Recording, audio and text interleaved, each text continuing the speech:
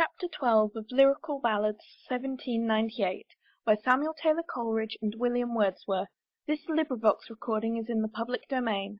Verity Kendall. The Thorn. 1. There is a thorn, it looks so old. In truth you'd find it hard to say How it could ever have been young, it looks so old and grey. Not higher than a 2 years child, it stands erect, this aged thorn. No leaves it has, no thorny points, it is a mass of knotted joints, a wretched thing forlorn. It stands erect, and like a stone, with lichens it is overgrown. 2. Like rock or stone it is o'ergrown with lichens to the very top, and hung with heavy tufts of moss, a melancholy crop. Up from the earth these mosses creep, and this poor thorn they clasp it round, so close, you'd say that they were bent, with plain and manifest intent to drag it to the ground, and all have joined in one endeavour to bury this poor thorn for ever. 3. High on a mountain's highest ridge, where oft the stormy winter gale cuts like a scythe, while through the clouds it sweeps from vale to vale. Not 5 yards from this mountain pass, this thorn you on your left espy, and to the left 3 yards beyond, you see a little muddy pond, of water never dry. I've measured it from side to side, 'tis 3 feet long and 2 feet wide. 4.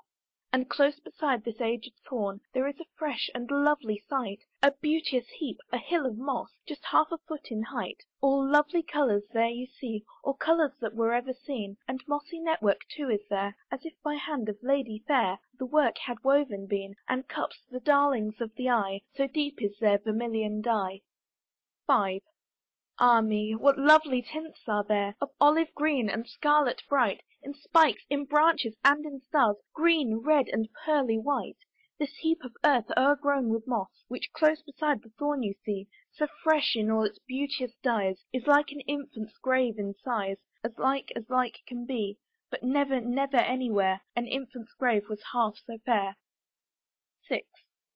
Now would you see this aged thorn, this pond and beauteous hill of moss, you must take care and choose your time, the mountain when to cross, for oft there sits between the heap, that's like an infant's grave in size, and that same pond of which I spoke, a woman in a scarlet cloak, and to herself she cries, "Oh misery, oh misery, oh woe is me, oh misery." 7. At all times of the day and night this wretched woman thither goes, and she is known to every star and every wind that blows.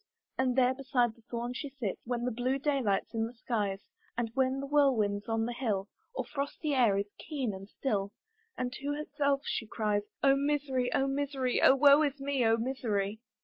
8. Now wherefore thus by day or night, in rain, in tempest, and in snow, thus to the dreary mountain top does this poor woman go?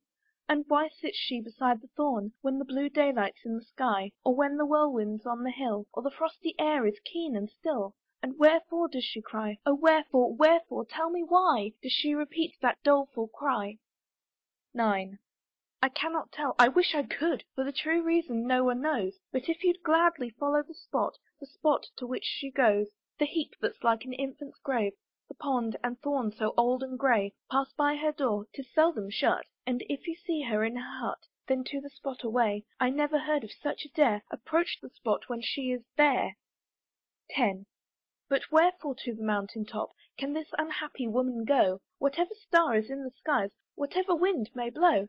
Nay, rack your brain, 'tis all in vain, I'll tell you everything I know, but to the thorn and to the pond, which is a little step beyond, I wish that you would go, perhaps when you are at the place, you something of her tale may trace. 11. I'll give you the best help I can, before you up the mountain go, up to the dreary mountain top, I'll tell you all I know. 'Tis now some 22 years, since she, her name is Martha Ray, gave with a maiden's true good will, her company to Stephen Hill, and she was blithe and gay, and she was happy, happy still, whene'er she thought of Stephen Hill. 12. And they had fixed the wedding day, the morning that must wed them both, but Stephen to another maid had sworn another oath, and with this other maiden to church, unthinking Stephen went. Poor Martha on that woeful day, a cruel, cruel fire, they say, into her bones was sent. It dried her body like a cinder, and almost turned her brain to tinder. 13. They say, full 6 months after this, while yet the summer leaves were green, she to the mountain top would go, and there was often seen, 'tis said, a child was in her womb. as now to any eye was plain. She was with child, and she was mad, yet often she was sober sad, from her exceeding pain. Oh me, 10,000 times I'd rather that he had died, that cruel father. 16. Sad case for such a brain to hold communion with a stirring child.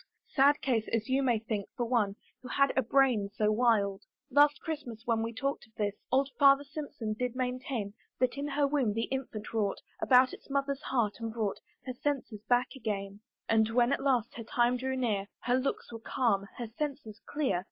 15. No more I know, I wish I did, and I would tell it all to you. For what became of this poor child, there's none that ever knew. And if a child was born or no, there's no one that could ever tell. And if 'twas born alive or dead, there's no one knows, as I have said. But some remember well, that Martha Ray about this time would up the mountain often climb. 16. And all that winter, when at night the wind blew from the mountain peak, 'twas worth your while, though in the dark, the churchyard path to seek. For many a time and oft were heard cries coming from the mountain head. Some plainly living voices were, and others, I've heard many swear, were voices of the dead. I cannot think whate'er they say, they had to do with Martha Ray. 17. But that she goes to this old Thorn, the Thorn which I have described to you, and there sits in the scarlet cloak, I will be sworn is true. For one day with my telescope, to view the ocean wide and bright, when to this country first I came, ere I had heard of Martha's name, I climbed the mountain's height. A storm came on, and I could see no object higher than my knee. 18.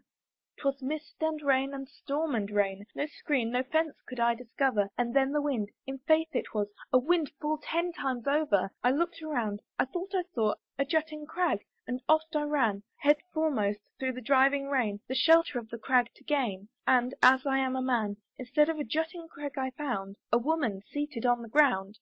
19. I did not speak, I saw her face.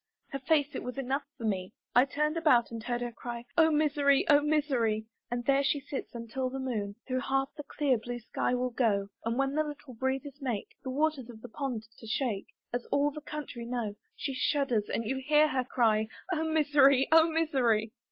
20.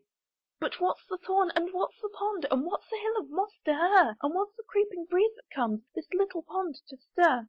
I cannot tell, but some will say she hanged her baby on the tree, some say she drowned it in the pond, which is a little step beyond, but all and each agree the little babe was buried there beneath the hill of moss so fair. 21. I've heard the scarlet moss is red with drops of that poor infant's blood, but kill a new-born infant thus? I do not think she could. Some say if to the pond you go, and fix on it a steady view, the shadow of a baby trace, a baby in a baby's face, and that it looks at you, whene'er you look at it, 'tis plain, the baby looks at you again. 22.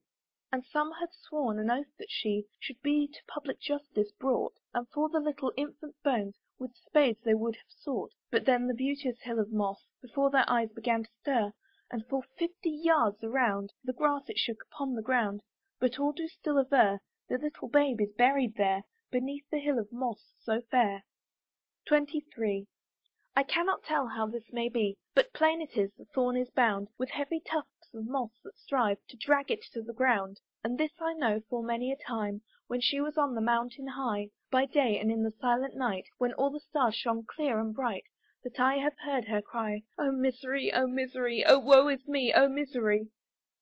End of The Thorn. Recording by Verity Kendall.